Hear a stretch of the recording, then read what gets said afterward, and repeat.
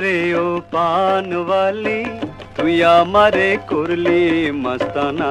দেশীয় চলচ্চিত্রের প্রথম মেগাস্টার যাকে বলা হয় তিনি নায়ক উজ্জ্বল।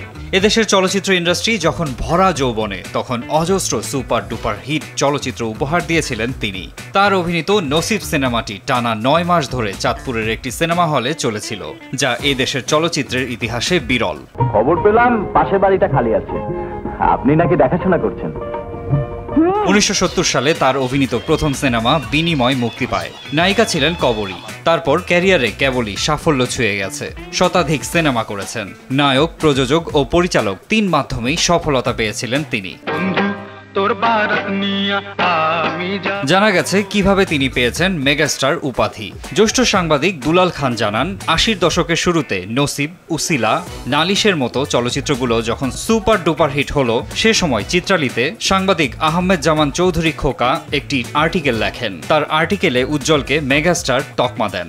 আর সেই উপাধি জি হ্যাঁ খ্যাত মাজহারুল ইসলামের কণ্ঠে রেডিওর মাধ্যমে সারা দেশে ছড়িয়ে পড়ে।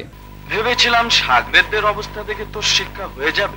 তবে উজ্জ্বল মনে করেন এই সব উপাধি কিংবা বিশেষণ আসলে কিছুই নয়, মূল জিনিসটা কাজ। তিনি বলেন, আসলে কাজটাই করতে হবে। যেমন শাকিব খান কাজ করে আজকের এই অবস্থান অর্জন করেছেন, তার পূর্বে হয়তো আরেকজন করেছেন। কাজ করলে মানুষ মনে রাখবে।